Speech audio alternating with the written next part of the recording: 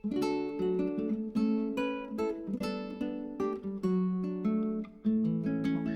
लोग आज शुरू करने वाले हैं ब्रांच अकाउंट। ब्रांच अकाउंट में क्या होता है कि जब हम बिजनेस को एक्सपैंड करते हैं तो हम अपनी ब्रांच को दूसरे एरियाज में ओपन करते हैं। अब जब हम दूसरे एरियाज में ओपन करते हैं तो वहां से क्या है कि हमें कस्टमर्स और मिलते हैं, हमारे कंपटीटर्स को हम जो बीट कर सकते हैं। ये हमारा मेन एम है यहाँ पर। जब हम अकाउंट्स के पॉइंट ऑफ व्यू से बात करते हैं तो ब्रांचेस जो हैं वो दो कैटेगरी की हैं, एक डिपेंडेंट ब्रांचेस और एक इंडिपेंडेंट ब्रांचेस। देखिए हर जगह का हर बिजनेस का एक मेन बिजनेस एरिया होता है जो हेड ऑफिस होता है, जिसको हम कहते हैं, जहां से सारी चीजों की कंट्रोलिंग हो रही होती है, जहां से जिसका रेगुलेशन हो रहा होता है। तो हेड ऑफिस एक जगह है मेन जहां से, और जो ब्रांचेस है वहां की कंट्रोलिंग हो रही। अब ये जो ब्रांचेस हैं, ये ब्रांचेस जो हैं वो सारा सामान खरीदने और बेचने का जो सारा काम है, जो अगर वो हेड ऑफिस के ऊपर डिपेंडेंट है तो उनको हम डिपेंडेंट ब्रांचेस कहते हैं, और अगर वो अपना काम खुद कर ले रहे हैं वो इंडिपेंडेंट ब्रांचेस हैं। मेन डिफरेंस क्या है डिपेंडेंट और इंडिपेंडेंट में, क्या है कि जो हेड ऑफिस है, जो मेन ऑफिस है, वहीं से उसको परचेस करके सामान भेजवाया जाता है ब्रांच को। जितना वो लोग सेल करते हैं, वो सेल करने के बाद वो हेड ऑफिस को उसकी रिपोर्टिंग करते हैं और उसका पैसा भिजवाते हैं। उनको कोई एक्सपेंसेस पे करने होते हैं, हेड ऑफिस पे कर रहा है, तो हर चीजों के लिए वो डिपेंडेंट किसके ऊपर है? हेड ऑफिस के ऊपर। तो जब ब्रांचेस हेड ऑफिस के ऊपर डिपेंडेंट हैं तो उसको हम डिपेंडेंट ब्रांचेस कहते हैं। फिर से मैं आपको रिवाइज कराता हूँ इस बात को। देखिए क्या होता है कि एक मेन जगह है हेड ऑफिस, जहां से बिजनेस को रेगुलेट किया जा रहा है। जहां से बिजनेस को रेगुलेट किया जा रहा है, अगर उस जगह से सारा सामान खरीदा जा रहा है, सारे एक्सपेंसेस वहां से पे करे जा रहे हैं ब्रांचेस के, तो वो डिपेंडेंट ब्रांचेस हैं। और अगर वो खुद अपनी परचेजेस ब्रांचेस खुद कर रही हैं और अपने एक्सपेंसेस को खुद पे ऑफ कर रही हैं, वो इंडिपेंडेंट ब्रांचेस हैं। तो सबसे पहली जो कैटेगरी है वो पढ़ने की है, वो हमारी डिपेंडेंट ब्रांच। यहाँ पर क्या होगा, कोई खर्चा पे करना है तो ब्रांच जो उसका पैसा कहां से लेगी? हेड ऑफिस से।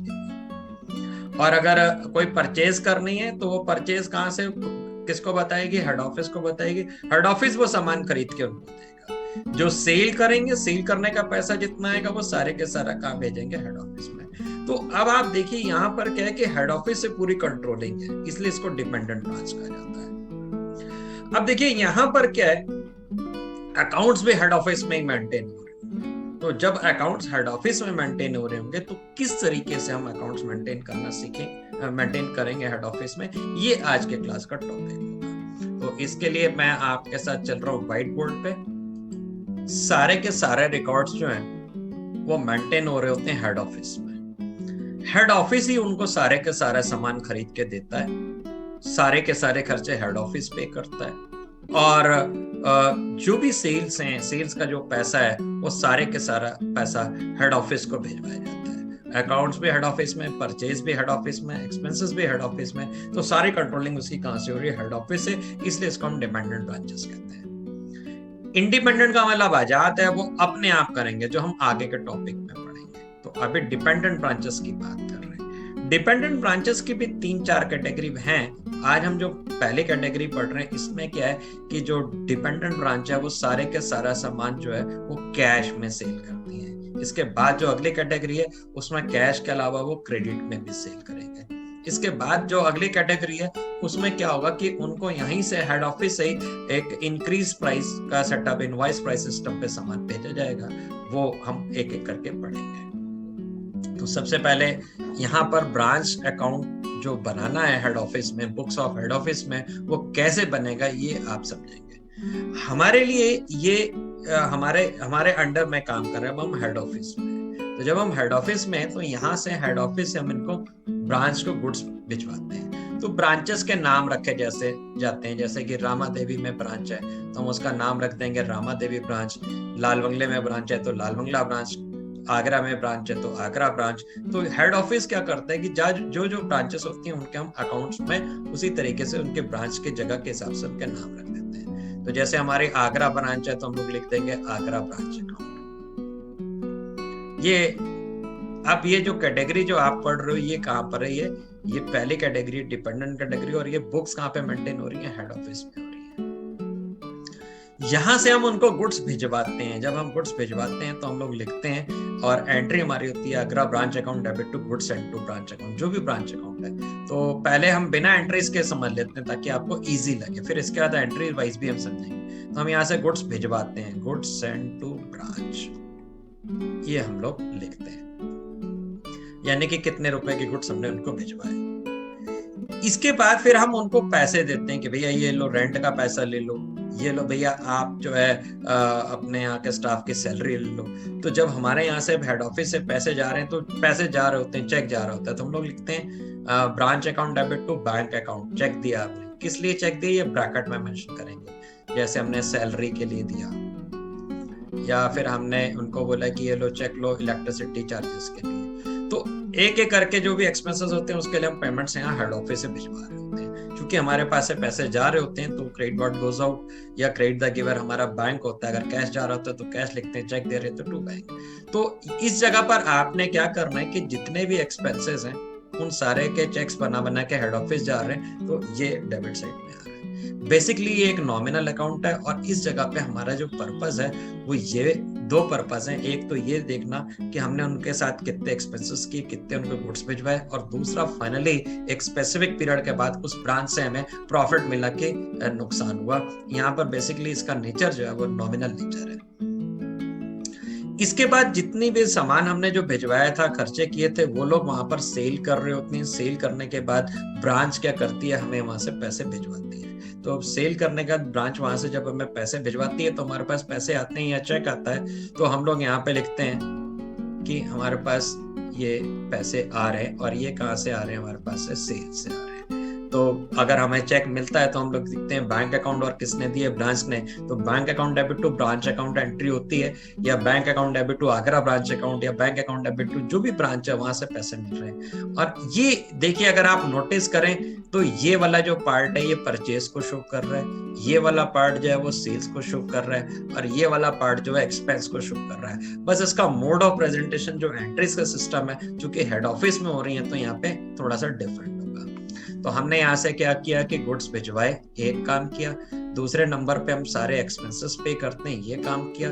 फिर उन्होंने सेल किया और हमें पैसे भिजवाए, तीसरा काम ये हो गया। देखिए अगर आप नोटिस कर रहे हो तो डेबिट में हमारे सारे एक्सपेंसेस हैं और क्रेडिट में हमारे यहाँ पर इनकम्स का पार्ट शो रहा है, रिवेन्यूज का पार्ट।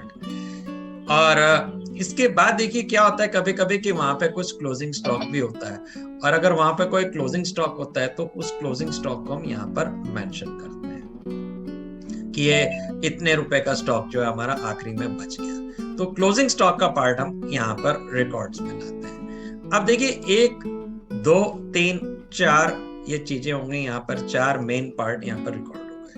इस तरफ से हमारा जो स्टॉक बच गया वो जो सेल्स करी गई थी और उससे जो हमें रेवेन्यूज मिले वो डेबिट में हमारे सारे एक्सपेंसेस। इसी तरीके से कभी कभी क्या होता है कि उस ब्रांच के पास कुछ, कभी अगर हम नई ब्रांच नहीं है या पुरानी ब्रांच है तो कुछ ओपनिंग स्टॉक भी पड़ा होगा। तो अगर कोई ओपनिंग स्टॉक पड़ा होगा तो उस ओपनिंग स्टॉक को हम सबसे पहले एज यूजुअल जो स्टार्ट करने का वे होता है वो हम यहाँ पर ओपनिंग स्टॉक को लिखते हैं। तो ओपनिंग स्टॉक यहाँ लिखते हैं और क्लोजिंग स्टॉक यहाँ लिखते हैं।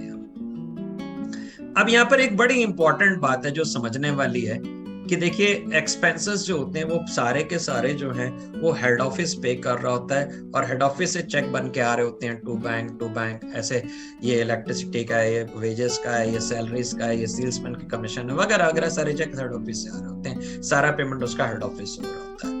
पर कभी कभी क्या होता है कि कुछ चीजों के खर्चे ऐसे भी होते हैं जो ब्रांच को खुद देने पड़ जाते हैं। वो लिख के देंगे कि these expenses are paid by the branch. जब जैसे क्या हुआ कि भाई फ्रेट पे करने की बात आ गई, तो कभी कभी फ्रेट के लिए क्या हुआ, वो गाड़ी आके खड़ी, उसको किराया भाड़ा देना है, तो वो वहां से हेड ऑफिस से आने में तो टाइम लगेगा, तो वो ब्रांच जो है ना चाहते हुए भी उसको पेमेंट करना पड़ता है। तो ऐसे में क्या है कि कुछ खर्चे ऐसे भी हो सकते हैं जो ब्रांच को खुद देने पड़ जाए। वैसे तो एज पर स्टैंडर्ड जो है सारे के सारे खर्चे हेड ऑफिस को ही देने हैं, वो वहां से चेक्स बना के पेमेंट्स कर रहे होते हैं। अब अगर कोई इस तरह का खर्चा कोई ब्रांच खुद पे कर रही है तो उसको हमने लिखना ही नहीं है।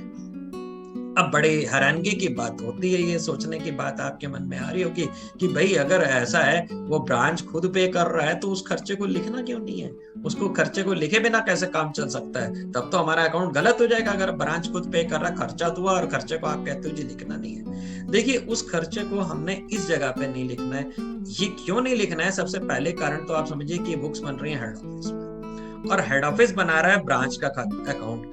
अब यहाँ पर हमने तो वो खर्च किया नहीं, हेड ऑफिस ने तो खर्च नहीं किया, तो हेड ऑफिस उसको लिख ही नहीं सकता। पहली चीज तो ये। दूसरी चीज ये कि अब आपके मन में एक डाउट आ रहा होगा कि इससे प्रॉफिट गलत निकल जाएगा। प्रॉफिट क्यों गलत निकल जाएगा? क्योंकि खर्चा तो ब्रांच ने किया, और ब्रांच ने अगर खर्चा किया पर वो लिखा नहीं गया। हम कह रहे हैं कि ब्रांच अगर कोई खुद खर्चा कर रही है तो उसको लिखना ही नहीं है। तो इसके पीछे क्या कारण है? देखिए, इसके पीछे बड़ा सिंपल सा कारण क्या है कि वो सेल कर रहे हैं। यहाँ पर सेल कर रहे हैं, जो सेल करने के बाद उनके पास जो पैसा बच रहा है, जो पैसा आ रहा है, वो हेड ऑफिस को भिजवाते हैं। अब होता क्या है कि जब वो सेल कर रहे हैं, जो पैसा जो हेड ऑफिस को भिजवाना है, अगर उन्होंने कोई खर्चा कर दिया तो वो सेल के पैसे से काट करके भेजेंगे। तो अल्टीमेटली क्या होगा कि सेल्स का पैसा जो कट के जाएगा तो अपने आप वो एक्सपेंस नोट हो जाएगा। मान लेते हैं कि जैसे 5 लाख रुपए की सेल्स करी और 10,000 रुपए का उन्होंने किराया ब्रांच ने पे कर दिया, तो ब्रांच के पास 5 लाख आए और 10,000 रुपए काट करके उसने जो हेड ऑफिस को यहाँ पे पैसा भिजवाना है, ये जो है सेल्स का पैसा भिजवाना है, वो कितना भिजवाएगा? 4,90,000। तो जब वो कम खर्चा भिजवाए, जब कम पैसे भिजवाएगा तो ऑटोमेटिकली खर्चा रिकॉर्ड में आ जाएगा। तो कुल मिला के 100 बात की एक बात कि ब्रांच अगर खुद कोई एक्सपेंस अपने पास से पे कर रही है तो उसको अपने रिकॉर्ड में लाना ही नहीं है। क्यों नहीं लाना है? क्योंकि उन्होंने सेल्स का जो पैसा कलेक्ट किया होगा उस पैसे में से काट के वहीं से पेमेंट किया होगा और बचा हुआ पैसा भिजवाया होगा। पर जब बचा हुए पैसे को भिजवाएंगे तो ऑटोमेटिकली एक्सपेंस हो गया। अब 5 लाख की सेल्स की जगह 4,90,000 सेल्स का अमाउंट वहां से बचा हुआ अमाउंट जा रहा है। आप देखिए, हम यहाँ पे सेल्स नहीं लिख रहे हैं, हम यहाँ पे ये लिख रहे हैं कि बैंक में कितना पैसा उन्होंने भिजवाया या चेक कितने को भिजवाया। तो अगर वो पैसा काट के भिजवा रहे हैं, रिवेन्यूज कम करके भिजवा रहे हैं, ऑटोमेटिकली वो एक्सपेंस रिकॉर्ड में आ जाएगा। अब यहाँ पर एक बात और थोड़ी सी समझनी होगी कि देखिए, इसका जो प्रेजेंटेशन का वे है वो थोड़ा सा इसमें और भी चीजों को इन्वॉल्व करके किया जाता है, तो मैं उसको भी कंसिडर करके आपको फिर से शुरू से एक्सप्लेन करता हूँ। देखिए, एज पर स्टैंडर्ड क्या है कि जो आपने समझ लिया कि ओपनिंग स्टॉक यहाँ पर और क्लोजिंग स्टॉक एंड में, वो आप पहले से ही जानते हो, ऐसे लिखा जाता है। यहाँ पर क्या है कि हम लोग लिखते हैं टू बैलेंस ब्रॉट डाउन, और इस जगह पर वहां पर कभी कभी ब्रांच को हमने कुछ एसेट्स भी दी होती है। तो एसेट्स में क्या, जो भी एसेट्स दी हुई है हमने उस ब्रांच को, वो सारी एसेट सबसे पहले लिखनी है। केवल स्टॉक ही नहीं लिखना है, ओपनिंग स्टॉक। ओपनिंग स्टॉक के अलावा अगर वहां पर ओपनिंग कुछ कैश बैलेंस है तो वो भी आपने लिखना है। ओपनिंग की कोई डेटर्स है तो उसको भी आपने लिखना है। ओपनिंग की कोई एसेट है तो उसको भी लिखना है। तो इनफैक्ट में सबसे पहले नंबर पर आपने क्या लिखना है? बैलेंस ब्रॉट डाउन, यानी कि जो चीजें वहां पर हमने उनको दी हुई हैं, जो एसेट्स हमने दी हुई है। इसके बाद फिर हम यहाँ से गुड्स भिजवाते हैं, जिसको लिखते हैं गुड्स सेंड टू ब्रांच। फिर इसके बाद हम चेक्स भिजवाते हैं टू बैंक, और ब्रैकेट में हम एक्सपेंसेस को लिखते जाएंगे। तो दूसरे नंबर पे ये, तीसरे नंबर पे एक्सपेंसेस जो हमने भिजवाए, चौथे नंबर पे वहां से पैसा आ रहा है तो यहाँ पर बाय बैंक, और आप यहाँ पे लिख सकते हो cash send to head office, जो हेड ऑफिस को भिजवाया गया। और इस जगह पर अब आप क्लोजिंग स्टॉक के जगह पर हेडिंग चेंज करोगे और लिखोगे बैलेंस कैरीड आउट। तो यहाँ पर सारी एसेट्स के जो भी बैलेंसेस हैं वो लिखोगे, जैसे स्टॉक का बैलेंस है, कैश का बैलेंस है, डेटर्स का बैलेंस है। तो ये जितनी भी एसेट्स वहां पर आखिरी में बच गई उन सब को लिखेंगे। अब होता क्या है कि हेड ऑफिस एक अकाउंट मेंटेन करता है। शुरू में उसको जो चीजें दी हुई हैं वो ब्रॉट डाउन कर देता है, फिर उसके बाद से ये पहले जितनी चीजें दी हुई हैं वो, फिर उसके बाद हमने जो गुड्स भिजवाए वो, फिर हमने जो उनको चेक्स भिजवाए खर्चों के लिए वो। तो ये बेसिकली हमने उनको यहाँ से इनपुट दिया। उसके बाद उन्होंने हमें वापस क्या किया, रिटर्न में क्या, उन्होंने ये कैश भिजवाया, ये एसेट्स उन्होंने बचा के रखी। अब इसके बाद इसका डिफरेंस निकाला जाता है, और जो डिफरेंस अगर इस तरफ आता है तो वो आपका प्रॉफिट होता है, और अगर दूसरी तरफ डिफरेंस आता है तो वो आपका लॉस होता है। तो चलिए अब हम एक क्वेश्चन शुरू करते हैं, और क्वेश्चन नंबर 1 ले लेते हैं, और प्रैक्टिकल वे में बिल्कुल आपको बात समझ में आ जाएगी। Muralidhar and company Delhi had their branch at Bhopal. Muralidhar and company जो है उनका हेड ऑफिस जो है वो कहाँ पर है, दिल्ली में है, और उनकी ब्रांच कहाँ पर है, भोपाल में। Following are the transactions between the head office and the branch for the year ended 31 March 2016। इस बीच में उनके ये ट्रांजैक्शंस हुए। Stock, opening stock with branch जो दिया हुआ है वो 1000 है। Then goods supplied to branch या गुड्स सेंट टू ब्रांच वो 16000 है। Cash sent for the following expenses of branch, ये सारे के सारा पैसा भिजवाया हेड ऑफिस ने सैलरी के लिए, रेंट के लिए, टेलीफोन के लिए, पेटी एक्सपेंसेस के लिए, ये सारा पैसा हेड ऑफिस ने भिजवाया। इसके बाद वो कहते हैं जी cash received from branch, branch ने उसको सेल करके हेड ऑफिस को जो पैसे भिजवाए वो 18000 है। इन्वेंट्रीज ऑन 31 मार्च यानी कि स्टॉक जो आखिरी में बचा, और बैलेंस ऑफ पेटी कैश जो आखिरी में बचा। तो चलिए शुरू करते हैं क्वेश्चन।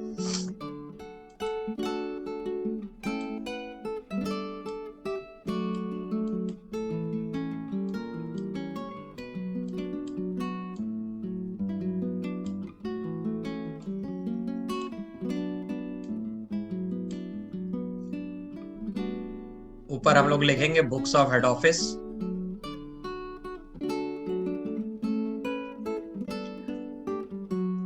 ये कहां पर था, दिल्ली में था।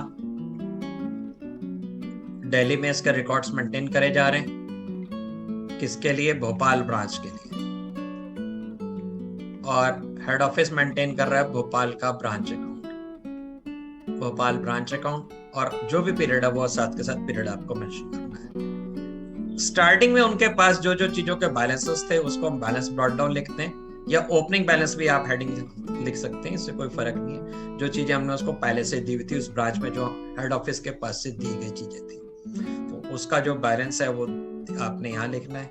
तो इन्होंने इनको यहाँ पर देखिए, एक तो स्टॉक दिया हुआ था, स्टॉक है, स्टॉक था, ओपनिंग स्टॉक पड़ा था शुरुआत में इनके पास, स्टॉक को लिखना है हमने।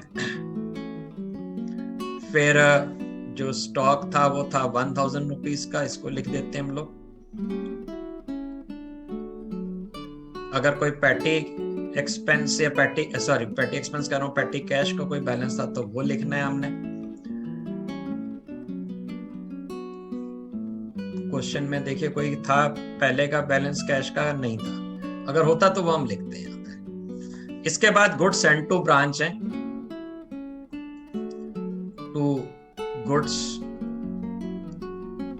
सेंट टू ब्रांच, और हमने वहां से हेड ऑफिस से इनको 16000 रुपीज के गुड्स भिजवाए। फिर देखिए इसके बाद आप देखें हमने इनको एक्सपेंसेस पे करे, तो एक्सपेंसेस जो हमने पे करें टू कैश, क्वेश्चन में दिया हुआ है, पहले किस लिए दिया, सैलरी के लिए दिया 800 रुपीज, ब्रैकेट में लिख देंगे हम सैलरी, और 800 रुपीज हमने दिए। फिर हमने इनको कैश भिजवाया, और अब की बार कैश भिजवाया इनको रेंट के लिए 200 रुपीज। फिर हमने इनको कैश भिजवाया है और टेलीफोन के लिए 100 रुपीज।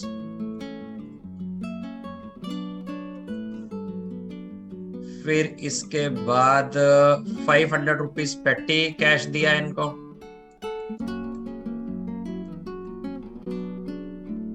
ब्रैकेट में लिखना था पेटी कैश।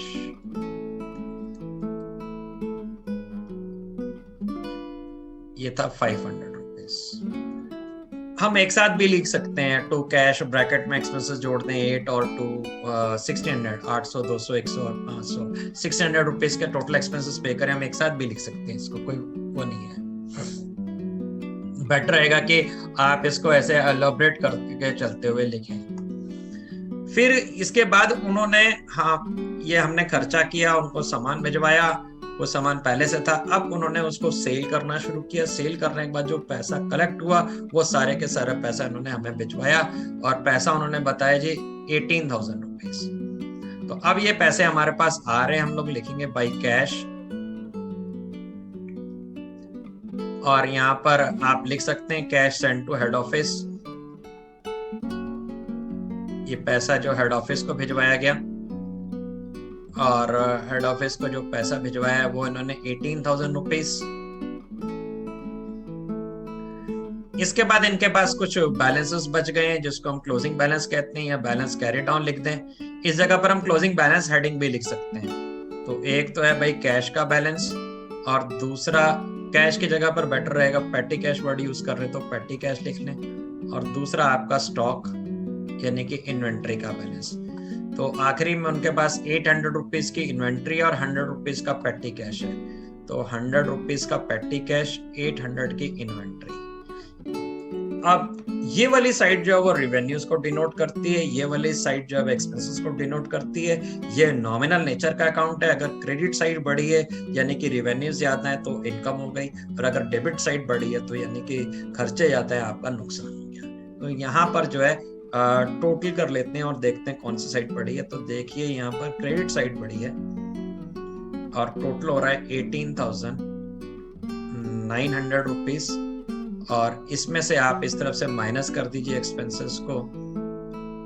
18,900 में से माइनस कर दें 16, 17, 18,600 रुपीज के जो है आपके एक्सपेंसेस हैं। अगर 18,600 के एक्सपेंसेस हैं तो यहाँ पर जो प्रॉफिट है वो आपका बैलेंस निकल के आएगा 300 रुपीज का।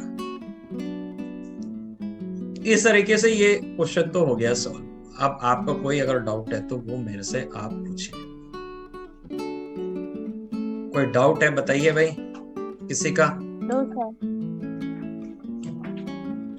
कुल मिला के यहाँ पर क्या है, सारी कंट्रोलिंग कहाँ से? हेड ऑफिस से कंट्रोलिंग। हेड ऑफिस मेंटेन कर रहा है सारी चीजों के अकाउंट, और इनको क्या है, जो डिपेंडेंट ब्रांच है सब चीजों के लिए उसके ऊपर डिपेंडेंट है, हेड ऑफिस के ऊपर डिपेंडेंट है। वहीं से सारा जो है सामान भिजवाया जा रहा है, वहीं पे ये पैसे भिजवाते हैं, खर्चे भी वहीं से आते हैं। तो चलिए इसी के कॉन्टेक्स्ट में आगे चलते हैं और एक क्वेश्चन अगला देखते हैं।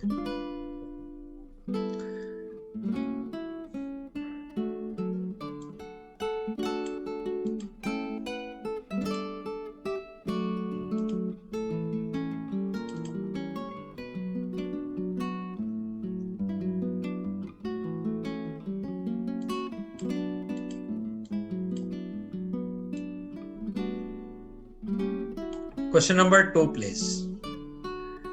Prepare branch account in the head office books from the following particulars of branch: goods sent to branch, then cash sent to branch for rent, wages, salaries and other expenses. और दूसरी तरफ है आपके पास closing stock है, and cash is remitted to head office. Remitted का मतलब भिजवाने से, जो कैश का पैसा उन्होंने हेड ऑफिस को भिजवाया। तो जल्दी जल्दी से क्वेश्चन को करते हैं।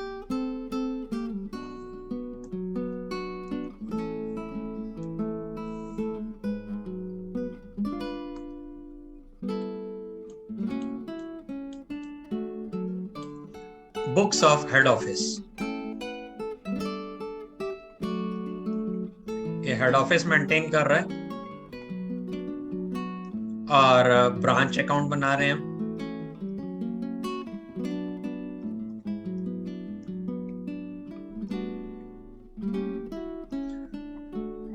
देखिए ओपनिंग बैलेंस कुछ भी यहाँ पे नहीं दिया हुआ था, कोई भी ओपनिंग बैलेंस नहीं था। तो अगर ओपनिंग बैलेंस नहीं है तो टू बैलेंस ब्रॉट डाउन या टू ओपनिंग बैलेंस लिखने का कोई लॉजिक नहीं है। इसके बाद अगले स्टेप में क्या होता है, गुड्स सेंट टू ब्रांच होता है। तो गुड्स सेंट टू ब्रांच, हमने कितने रुपए के गुड्स भिजवाए वो लिखना है हमने।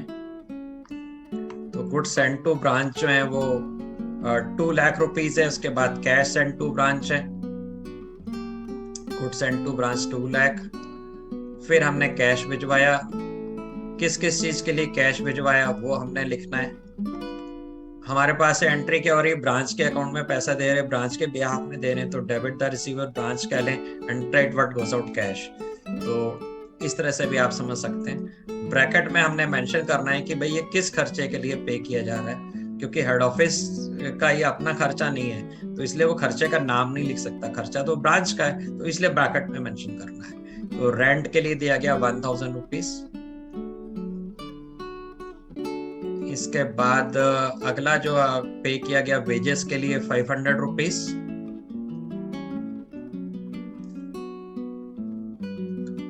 फिर पे किया गया सैलरीज के लिए 2000,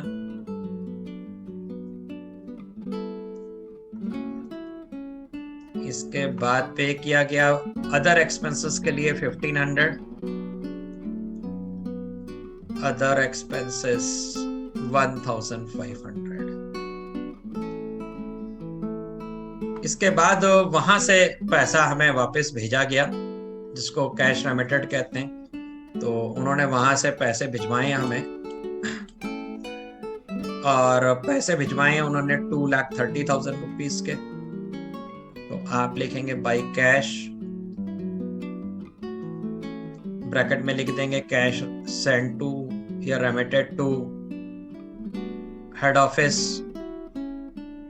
और इसका अमाउंट है 2,30,000 रुपीज। आखिरी में क्लोजिंग स्टॉक बचा हुआ है, आप लिख दीजिए by closing stock,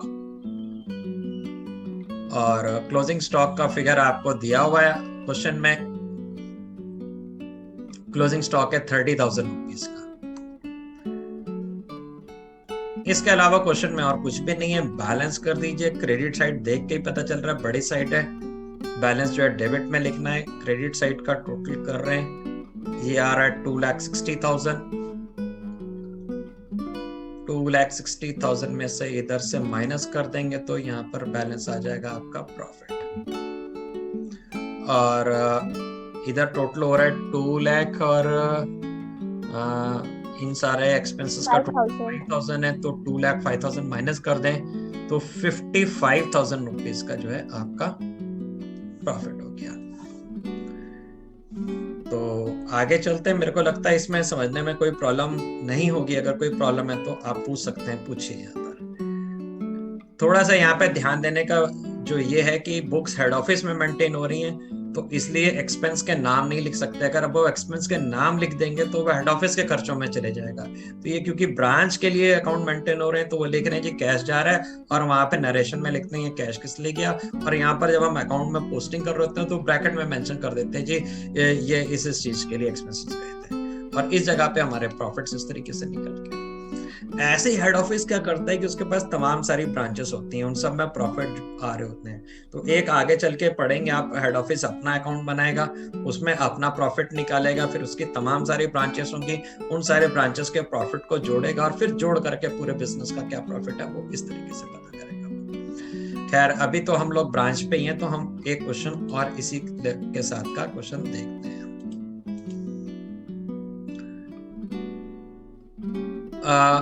Mumbai Textiles Limited opened a branch at Raigad on 1st April 2014. From the following particulars, prepare Raigad branch account for the year 2014-15 and 15-16.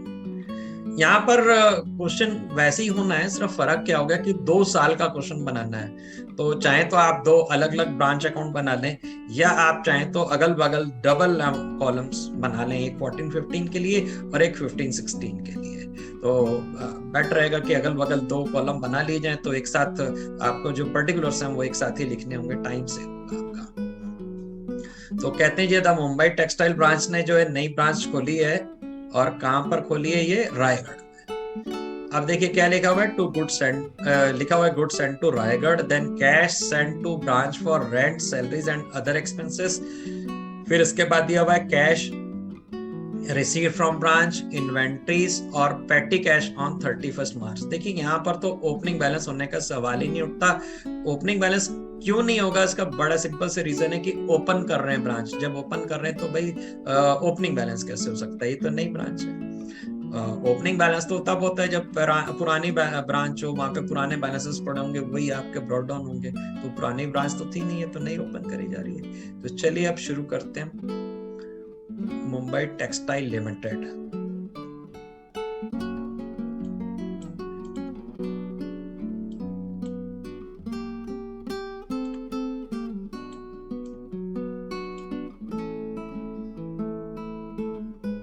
Books of head office,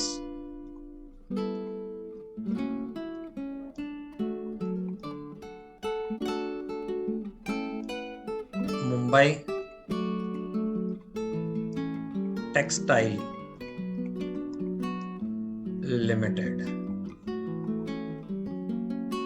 और यहां पर maintain कर रहे हैं हम Raigarh branch account, Raigarh branch account. मैंने अगल बगल 2 अकाउंट बना लिए हैं, एक 14-15 के लिए और एक 15-16 के लिए।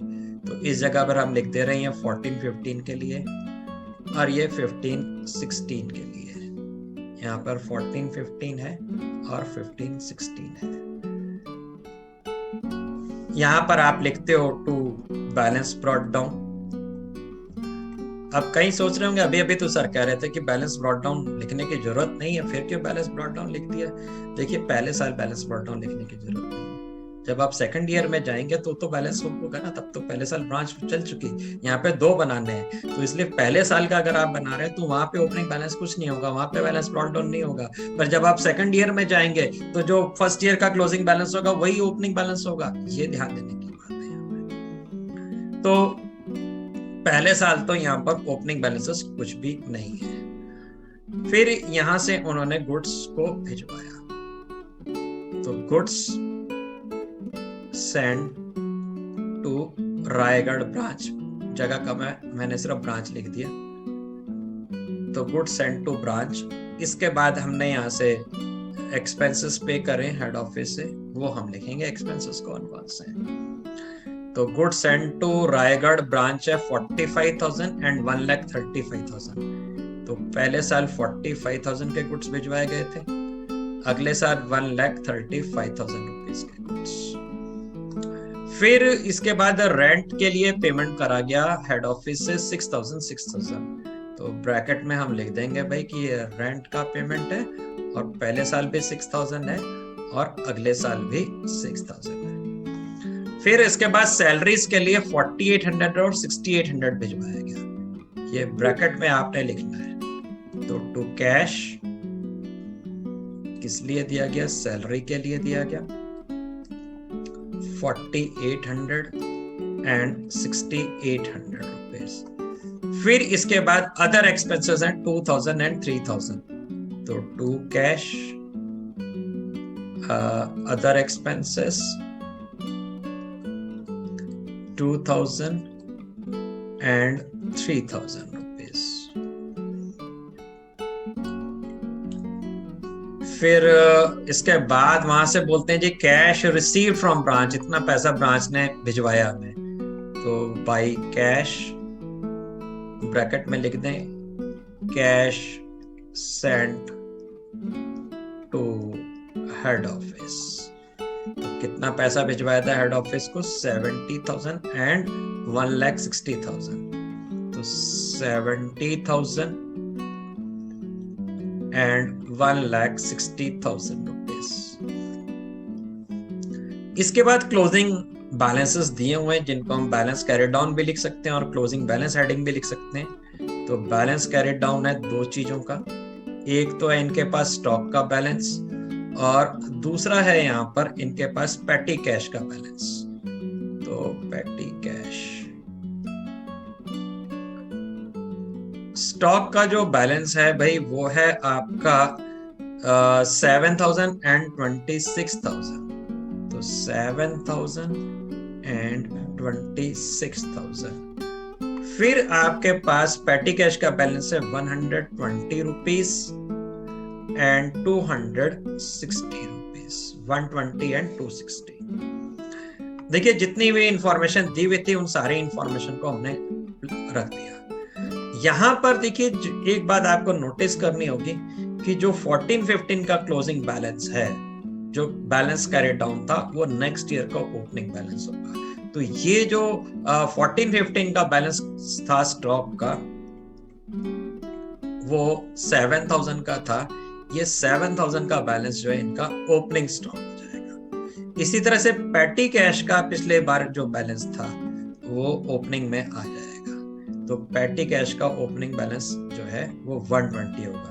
देखिए 14-15 के एंड में जो बच गया वो 15-16 के बिगिनिंग में स्टार्टिंग में आएगा। तो ये वाले बैलेंसेस उठ करके वहां पर आ जाएंगे। अब आपने इसका टोटल करना है और देखना है कि इसमें प्रॉफिट आ रहा है कि लॉस आ रहा है।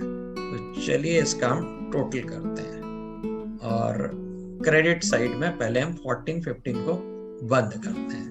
तो 14-15 में 70,000, देन 7,000 और 120। तो यहाँ पर टोटल आ रहा है 77,120 रुपीज। 77,120 और इस जगह पर आपका बैलेंस आ जाएगा प्रॉफिट। इसमें से 45,000, 55,000, 57,800 हम इसमें से माइनस करते हैं तो बैलेंस आएगा हमारा ये आ जाएगा आपका 19,320। अब हम दूसरी तरफ टोटल कर लेते हैं। यहाँ पर टोटल हो रहा है 1,86,260 रुपीज। 1,86,260 और इसमें से माइनस करेंगे 7,000, फिर 120, 1,35,000 माइनस होगा, फिर 6,000, 6,800, 3,000 माइनस होगा, तो ये हो जाएगा 28,340 रुपीज।